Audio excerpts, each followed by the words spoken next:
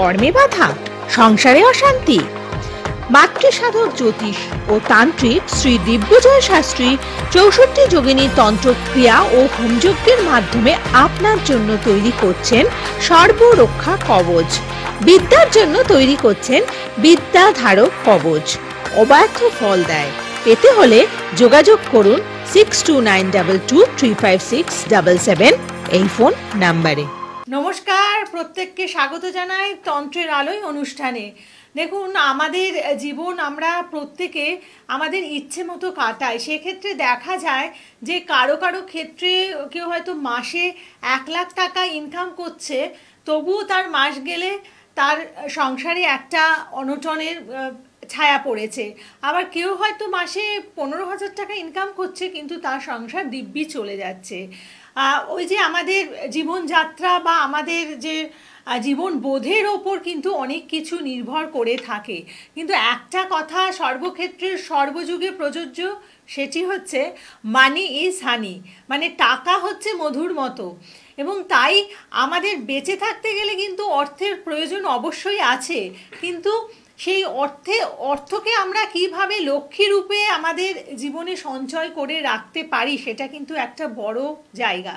আর সেই কারণেই সেটা যদি আমরা না করতে পারি, দেখবেন অনেক সময় দেখা যায় কেউ হয়তো মানে তার জীবনকালে কোনো এক সময় প্রচুর অর্থ ইনকাম করেছে, কিন্তু শেষ জীবন কাটাচ্ছে একেবারে দৈন্যের সাথে। আবার এমনও দেখা গেছে যে ছোটোবেলায় হয়তো খুব কষ্টে কেটেছে, একসময় খুব ভালোভাবে রয়েছে। তো সেই জন্যই আমাদের যে অর্থলক্ষ্মী, তাকে কিন্তু আমাদের সযত্নে রাখতে হবে আমাদের জীবনে। আর সেটা আপনি কি করে করবেন বা সেই জায়গাগুলোই জানার জন্য আপনারা আজকের অনুষ্ঠান অবশ্যই দেখবেন। এবং এই অনুষ্ঠানে প্রতিদিনের মতো আপনাদের জন্য উপস্থিত আছেন 64 যোগিনী তন্ত্র ক্রিয়ায় পারদর্শী জ্যোতিষ, বাস্তুবিদ এবং তান্ত্রিক শ্রী দিব্যজয় শাস্ত্রী। স্বাগত জানাই, নমস্কার। ওম ত্র্যম্বকং যজামহে সুগন্ধিং পুষ্টিবর্ধনম উর্বারুকমিব বন্ধনান মৃত্যুর্মুক্ষ্য মামৃতাৎ। ওং হুং জুং সা মহামৃত্যুঞ্জয় শিবায় পাদুকায় নমঃ। জয় মাতারা, জয় গুরু বামদেব, নমস্কার। যে কথাটা বললাম যে এই যে অর্থের দিক থেকে, মানে আমরা প্রত্যেকেই চাই যে অর্থ আমাদের ঘরে থাকুক, কিন্তু অর্থকে আমরা কিভাবে মানে অর্থটা আসার পরে সেটাকে আমরা কিভাবে ব্যবহার করলাম। কেউ সেটা প্রচুর অর্থ হয়তো তাদের ছিল বা তাদের পারিবারিক ক্ষেত্রেও অনেক অর্থ আছে, কিন্তু সে নিজে রক্ষা করতে পারলো না, এরকমও অনেককে আমরা দেখে থাকি। দেখো, অর্থের কথা যখন উঠছে তখন আমি একটি কথা ফার্স্টেই বলবো, অর্থ কিন্তু অনর্থের মূল। কিন্তু আবার এই অর্থ ছাড়া আমাদের জন্মবার আগের থেকে মৃত্যুর পর অবধি এই অর্থ কিন্তু আমাদের প্রয়োজন। অর্থ ছাড়া কিন্তু তুমি এই আজকের জগতে কোনো কাজ কিন্তু তুমি করতে পারবে না। তাহলে অর্থর ব্যাপারে জানতে গেলে বা বুঝতে গেলে বা দেখতে গেলে আমাদের যে কোনো জাতক বা জাতিকার ছক যদি আমরা ভালো করে দেখতে পারি, বিশ্লেষণ করতে পারি, আর সেই ছকে দ্বিতীয় পতি কি অবস্থানে রয়েছে এবং দ্বিতীয় পতি কার নক্ষত্রে রয়েছে এবং দ্বিতীয় ভাবে কার অবস্থান রয়েছে অথবা দ্বিতীয় ভাবে কার পুণ্য দৃষ্টি রয়েছে, সেইগুলো বিচার করে আমরা কিন্তু তার অর্থের জায়গাটা দেখতে পারি।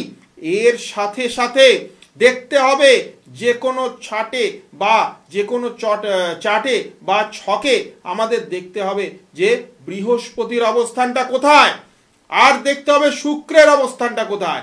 কারণ বৃহস্পতি হচ্ছে অর্থের কারক গ্রহ আর শুক্র হচ্ছে বিলাসবহুল জীবনের কারক গ্রহ।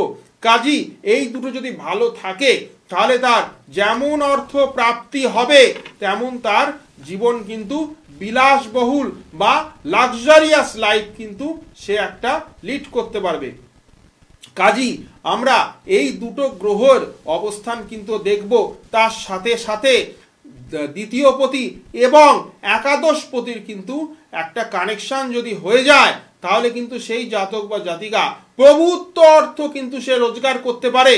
আর তার সাথে সাথে যদি রাহু ঢুকে যায় দ্বিতীয়তে, তাহলে কিন্তু আমরা যেরকম অনেক সময় দেখি যে একটা সময় সে প্রভুত্ব অর্থ বা প্রভুত্ব সম্পত্তির মালিক ছিল, কিন্তু অনেক বছর পরে দেখা যাচ্ছে সে কিন্তু রাস্তায় বসে গেছে। কাজী রাহু যদি থাকে বা সেই দ্বিতীয় পতি যদি রাহুর নক্ষত্রে বা রাহুর দৃষ্টি যদি সেখানে পড়ে, তাহলে কিন্তু অর্থভাবে রাহু থাকা কিন্তু মোটেই ভালো বা শুভ নয়। সেখানে কিন্তু ওই রকমই জাতক বা জাতিকাদের যাদের এরকম আছে, তারা কিন্তু এই রকম পরিণতি তাদের কিন্তু হবে। তারা যদি এই হাত থেকে বাঁচতে চায়, তাহলে কিন্তু তাদের অর্থ ভাবের যে জায়গাটা সেটা কিন্তু ঠিক করতে হবে।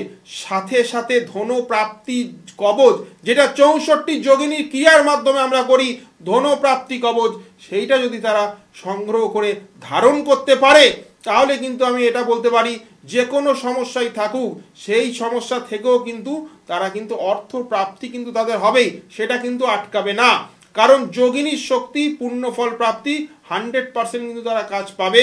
কারণ এই অর্থর জন্য কিন্তু আমরা সবাই সকাল থেকে রাত অবধি দৌড়চ্ছি, আর এর জন্যই আমাদের এত পরিশ্রম। কাজী দ্বিতীয় ভাব যদি আমরা ঠিক করে নিতে পারি এবং তার সাথে সাথে ধনপ্রাপ্তি কবচ যদি আমরা ধারণ করতে পারি, তাহলে কিন্তু 64 যোগিনীর ক্রিয়ার মাধ্যমে এই কবচ কিন্তু আপনাদের কোনো না কোনো রাস্তা বলে দেবে। অর্থ পাওয়ার কিন্তু একটা রাস্তা সে দেখিয়ে দেবে, একটা সুযোগ সে করে দেবে, যাতে করে অর্থ আপনি আবার আগের মতো রোজগার করতে পারেন। এবং অর্থ ধরে রাখারও একটা এখানে ব্যাপার আছে। কারণ অনেক সময় আমরা দেখেছি যে অর্থ আসছে, অথচ আরেক দিক দিয়ে অর্থ হু হু করে বেরিয়ে যাচ্ছে জলের মতো। তাহলে সেই সব ব্যক্তির জন্য কিন্তু আমরা অর্থ ধরে রাখার জন্যও আমরা 64 যোগিনীর ক্রিয়ার মাধ্যমে কাজ করি। আর এই অর্থ ধরে রাখাটাও কিন্তু এখানে কিন্তু একটা গুরুত্বপূর্ণ ব্যাপার। কারণ অনেকের চাটে আমরা কিন্তু রবি শুক্রের দারিদ্র দোষ পেয়ে যাই। এই রবি শুক্র দারিদ্র দোষ যার চাটে থাকবে, তারা কিন্তু অর্থ কিন্তু তারা সংগ্রহ বা আটকে রাখতে বা ধরে রাখতে পারবে না। তাদের হাত থেকে কিন্তু কোনো না কোনো ছুতোয়, কোনো না কোনো ভাবে অর্থ কিন্তু বেরিয়ে যাবে। তাদের জন্য বিশেষত রবি শুক্র দারিদ্র দোষ কাটিয়ে যদি তার সাথে সাথে অর্থ প্রাপ্তির একটা কবচ, যেটা আমরা অর্থ ধরে রাখার জন্য একটা কবচ দিই, যেটা 64 যোগিনী ক্রিয়ার মাধ্যমে, যেটা ভগবান বিষ্ণুর মাধ্যমে যেই ক্রিয়া করে যে আমরা যে কবচটা দিই, তার সাথে মা লক্ষ্মীর আশীর্বাদ থাকে, সেই কবচ যদি সে ধারণ করতে পারে, তাহলে কিন্তু তার অর্থ যে বেরিয়ে যাচ্ছে, অর্থ যে আসছে অথচ একদিক দিয়ে বেরিয়ে যাচ্ছে, সেই যে প্রবলেমটা, সেই যে বাধাটা, সেই যে সমস্যাটা, সেটা কিন্তু পুরোপুরি নির্মূল হয়ে যাবে। আবার কিন্তু তারা অর্থ ধরে রাখতে পারবে, তাদের আবার কিন্তু ব্যাংক ব্যালেন্স কিন্তু আবার বেড়ে যাবে। কাজী তারা যদি চায়, তারা আমার সাথে এই যোগে বা এই শুভ যোগ যেটা আসছে বা প্রত্যেক অমাবস্যায় আমি যাই, আমার সাথে কিন্তু তারা যোগাযোগ করতে পারে এই যে সমস্যার থেকে মুক্তি পেতে। একদম। এবং তাই আপনাকে কি করতে হবে, আপনাকে একটা আপনার হরোস্কোপ নিয়ে আসতে হবে। আর যদি হরোস্কোপ না থাকে, আপনি অবশ্যই এসে আপনার ডেট অফ বার্থ এবং টাইম অফ বার্থ দিয়ে আপনার ক্যালকুলেশনটা করিয়ে নিন। কি আপনার আর্থিক অবস্থা কেমন আছে, কি ক্ষেত্রে সেটার বিভিন্নভাবে বাধা আসতে পারে, আপনি কেন অর্থ সঞ্চয় করতে পারছেন না, বা আপনার পরিবারের যে মানে আপনি বংশ পরম্পরায় যে অর্থ পেয়েছেন, পারিবারিক সূত্রে যে অর্থ আপনি পেয়েছেন, সেটা কেন আপনি জমিয়ে রাখতে পারছেন না, কেন ভুলভাল ইনভেস্টমেন্ট করে আপনার অর্থ আপনার হাত থেকে বেরিয়ে যাচ্ছে, সেই জায়গাটা আপনি বিচার করুন। এবং বিচার না করে মানে চোখ বুঝেও আপনি কখনো কিছু করবেন না, এটাও আপনাদেরকে মানে অ্যাডভাইস করব। বা শ্রী দিব্যজয় শাস্ত্রী বলে থাকেন, তিনি বিচারের দিকটাকেও যেমন প্রাধান্য দেন, তারপরে আপনাদেরকে তন্ত্রের মাধ্যমে প্রতিকার করে দেওয়া সেটাকেও প্রাধান্য দেন। অর্থাৎ আপনি কিন্তু সব দিক থেকে তার সাহায্যের হাতটি পাচ্ছেন। এবং তাই যদি বিভিন্নভাবে আপনার সঞ্চিত অর্থ আপনি সেটার ক্রমাগত হ্রাস হচ্ছে, কেন হচ্ছে সেই জায়গাটিকে দেখে নিন এবং সেটিকে আপনি সঞ্চয় করার বিভিন্ন যে উপায়গুলো আছে সেগুলোকে অবলম্বন করুন। অবশ্যই আপনি ভালো থাকতে পারেন। এবং একটা কথা বলবো যে এই যে দেখা যায় যে কেউ হয়তো কোনো একটা লোন নিয়েছে, লোন নিয়ে একটা বিজনেস করতে যাবে, কিন্তু কি করলো, সেই লোনের যে ইনভেস্টমেন্টটা করলো সেটা একটা ভুলভাল ইনভেস্টমেন্ট। একটা সাথে একজন রয়েছে পার্টনার, সেই পার্টনার টাকাটা অর্ধেক নিয়ে চলে গেল, এইরকম তো প্রায় হামেশাই দেখা যায়। হ্যাঁ, এগুলো হয়। এর কারণ হচ্ছে শনি। শনি যদি আপনাদের সপ্তম ভাব বা তার নক্ষত্রের সাথে সপ্তম পতির নক্ষত্র বা তার সাথে দৃষ্টি বিনিময় করে, তাহলে কিন্তু এটা অনেক সময় দেখা যায় যে তারা লোনে জর্জরিত হয়ে গেছে। তার সাথে যদি মঙ্গল ঢুকে যায়, সেই মঙ্গল আর শনি যদি একসাথে হয়ে যায়, তাহলে কিন্তু তারা লোনে জর্জরিত হওয়ার সাথে সাথে যে কোনো রকম ঝুট ঝামেলা, ফাইন্যান্সিয়াল ঝামেলা বা যে কোনো রকম মামলা মোকদ্দমায় ফেঁসে যাবে। মানে যেটা যে কোনো দিক দিয়ে হতে পারে, সেটা তার প্রফেশনাল দিক দিয়ে হতে পারে বা অর্থর দিক দিয়ে, ইনকাম ট্যাক্সের দিক দিয়ে, যে কোনোভাবে তারা কিন্তু নানান রকম ঝুট ঝামেলায় ফেঁসে যায়। আর আরেকটা কথা আমি বলি, আমরা অনেক সময় দেখেছি রাজা অনেক সময় ভিখারি হয়ে যাচ্ছে, আবার ভিখারিও রাজা হয়ে যাচ্ছে। তো এইটা যে গ্রহের কারণে হয়, সেই গ্রহটির নাম হচ্ছে শনি। শনি মহারাজ আমাদের এমনই একটি গ্রহ, এর কৃপা যদি কেউ পায় তাহলে কিন্তু সে ভিখারি থেকে রাজাও হতে পারে।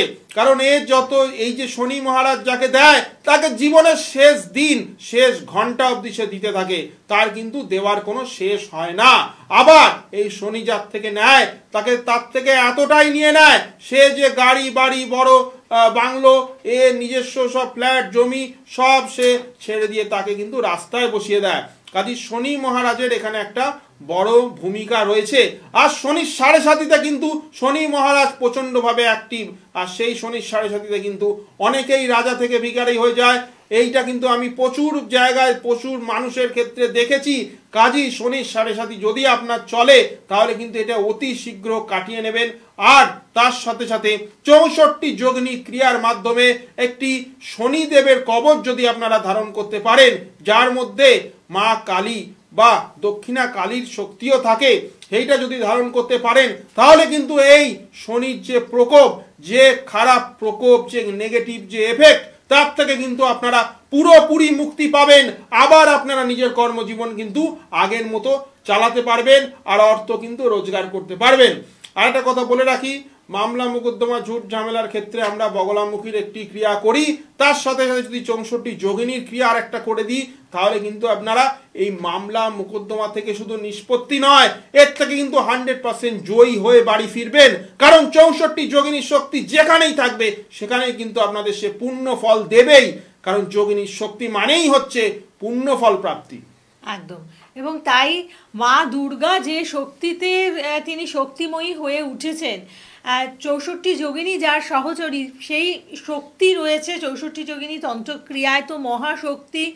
অর্থাৎ এখান থেকে আপনার জীবনে যে অশুভ যোগগুলো রয়েছে, এই শক্তি দিয়ে আপনি তাকে পরাজিত করতে পারেন, মানে অশুভ শক্তির পরাজয় ঘটাতে পারেন এবং আপনার জীবনে শুভ শক্তির উন্মোচন করুন।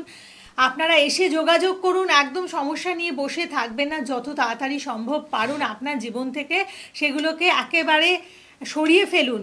কারণ ওই আজ নয় কাল করে করে দেখুন অনেক সময় কিন্তু আমাদের চলে যায়, এবং সেক্ষেত্রে কি হবে, আপনি হয়তো এমন একটা সময় এলেন সেটা একেবারে কিনারা, সেক্ষেত্রে মানে কাজটা কিন্তু অতটা ভালোভাবে করা সম্ভব হয় না।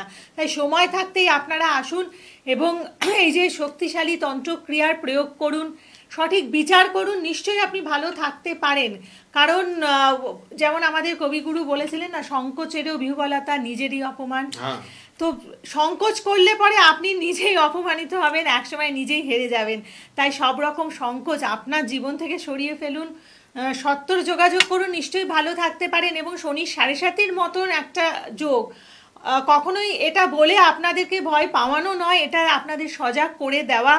একটা অশুভ জায়গা ঘটে গেলে পরে আপনাকে বলা হলো, সেক্ষেত্রে কিন্তু কিছু করার থাকে না। তাই আগের থেকে যদি আপনি সচেতন হন, অনেক কিছু করার রয়েছে। তাই আজকেই কিন্তু আপনি উদ্যোগটা নিন। তো শনি সাড়ে সাতির যে অশুভ প্রকোপ, সেটা যদি থেকে থাকে, সেটা কি আমরা যজ্ঞে অংশগ্রহণের মাধ্যমে কিছু খণ্ডন করতে পারি? নিশ্চয়ই শনির সাড়ে সাতি কাটিয়ে তার সাথে সাথে একটা আমরা 64 যোগিনীর ক্রিয়ার মাধ্যমে একটা শনি মহারাজের যে কবচ দিই, তার সাথে সাথে সেই কবচের সাথে কিন্তু আমরা মা কালীর বা দক্ষিণা কালীর কিন্তু আরেকটি ওর সাথে প্রয়োগ করে দিই। এইটা যদি করে দেওয়া যায়, তাহলে কিন্তু সে শনির সাড়ে সাতি থেকে পুরোপুরি সে কিন্তু বেরিয়ে আসতে পারবে। আর তাদের নর্মাল কর্মজীবন, যে কাজ তারা করতো, যেখান থেকে তারা বাধা পেয়েছে, সেইখান থেকেও কিন্তু তারা ভালো ফল পাবে। কারণ এই শনিবার আমি কিন্তু তারাপীঠে থাকছি, প্রত্যেক শনিবারের মতনই সেই তারাপীঠে থেকে কিন্তু আমি হোমযজ্ঞ করব। আজকের পর্ব এতটুকুই, ভালো থাকুন, নমস্কার। যোগিনীর শক্তি, পূর্ণ ফল প্রাপ্তি, জয় মাতারা, জয় গুরু বামদেব, নমস্কার।